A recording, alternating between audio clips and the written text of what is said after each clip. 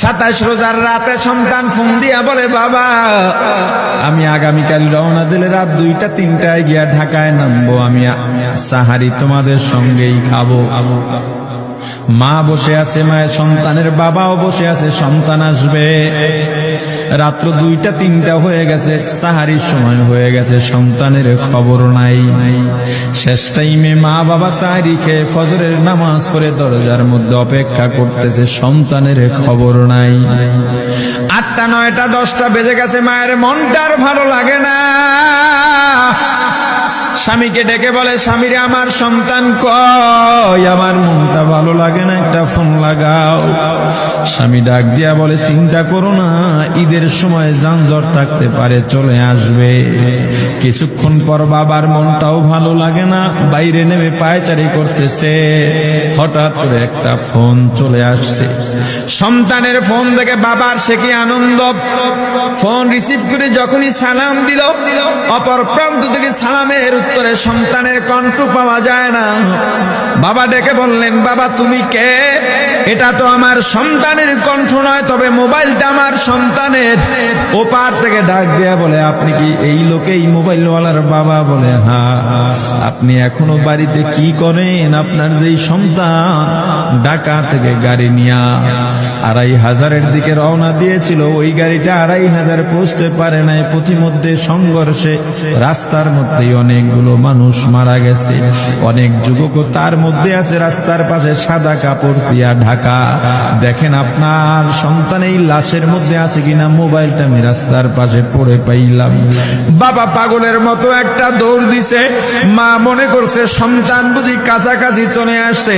অন্যান্য সন্তানদের ডাক দিয়া বলে, তোরা কে, কোথায়, এদিকে আয়, তোদের ভাই বুঝি কাছাকাছি আসছে। আমার কলিজার টুকরা সন্তান, তোর বাবা যে আগায় আনতে গেছে, তাড়াতাড়ি নতুন চাদর বিছা, বালিশের কভার গুলো খুলে নতুন কভার লাগা, পানি গরম বসা, আমার সন্তান এসে গোসল করবে। আহারে সবাই ফুলের মেলা, ফুলের তোড়া নিয়ে অপেক্ষা করতেছে। 4টা বছর কলিজার টুকরা বাড়িতে নাই, বিদেশ থেকে আসবে। বাবা স্পটে গিয়া দেখেন অনেকগুলো লাশ সাদা কাপড় দিয়া ঢাকা। একটা একটা মাথার উপর থেকে কাপড় উঠান আর কৌতূহল বাড়তেছে, কাপড় উঠান আর কৌতূহল বাড়ে। হঠাৎ তাকায় দেখে কলিজার টুকরা সন্তান লাশের মিছিলে শামিল হয়ে গেছে।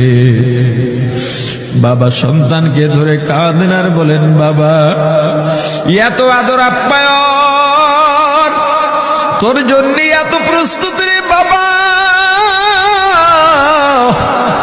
তোর মা তোর পথে বসে আছে রে বাবা, কি জবাব দিব বল?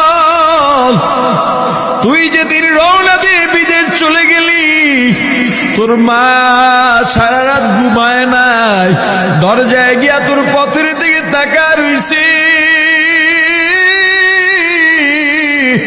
কত রাত আমি মা আমি বাবা দেখলাম তোর মা গভীর রাতে বিছানায় নাই, খুঁজতে খুঁজতে দেখলাম দরজায় গিয়া তোর মা কাঁদে।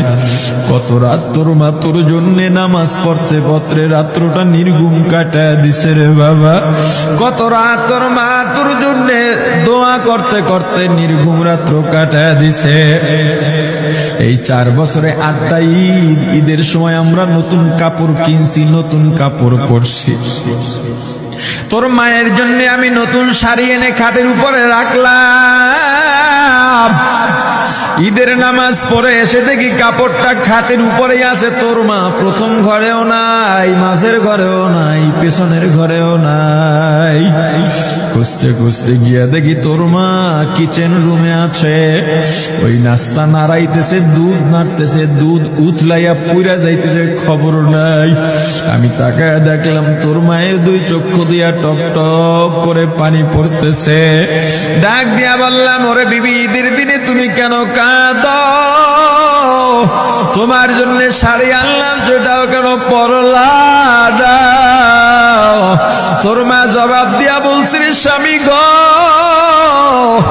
আপনারা যখন নামাজের জন্য রওনা দিয়া গেলেন, আমার অমুক সন্তান আপনার সঙ্গে যায় নামাজ দিয়া নতুন পোশাক পরে নামাজে রওনা দিয়েছে, কত সুন্দর লাগছে দেখতে।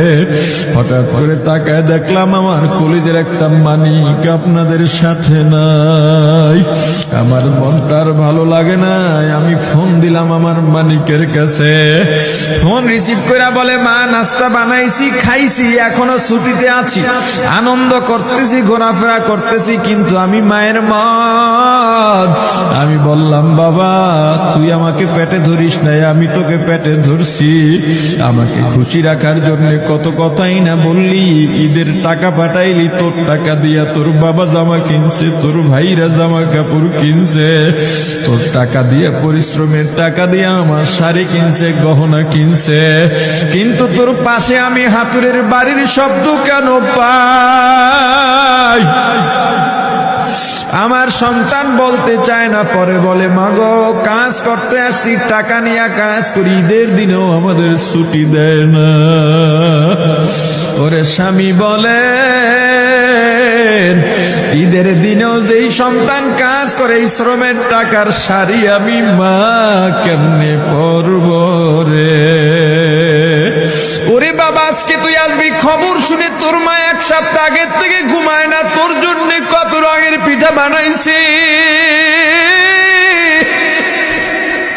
তোর জন্য কত আয়োজন, আমি তোর মাকে কি বলবো বাবা বল। বাবা সন্তানের লাশ অ্যাম্বুলেন্সে উঠে বাড়ির দিকে রওনা দিছে। আহারে বাড়ির কাছাকাছি আসছে, এদিকে মা দরজায় গিয়ে অপেক্ষা করতেছে, গাছের আড়াল দিয়া পথের দিকে তাকায় আছেন। দেখেন একটা গাড়ি আসতেছে, মায়ের সে কি আনন্দ, বাড়ির মধ্যে দৌড় দিছে, তোরা কই তাড়াতাড়ি আয়, ফুলের মালাগুলা নিয়ে আয়, গাড়ি এসে পড়ছে। বাড়ির দরজা দিয়ে যখন অ্যাম্বুলেন্সের হরেন দিয়া ঢুকতেছে, হুইসেল দিয়া ঢুকতেছে, মা একটা চিৎকার দিছে, ওরে এই মরণ গাড়ি আবার বাড়ি কেন, কার কপাল পুরুষে?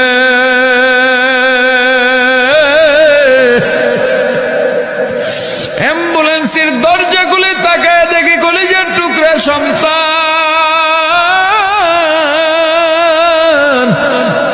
এমন ঘুমাইছে, আর জীবনেও উঠবে না। মা কাঁদেন আর বলেন, ওরে বাবা এটা তোর বিছানা নয়, নতুন চাদর বিছাইছি। বোন কান্দে আর বলে, ভাই আরে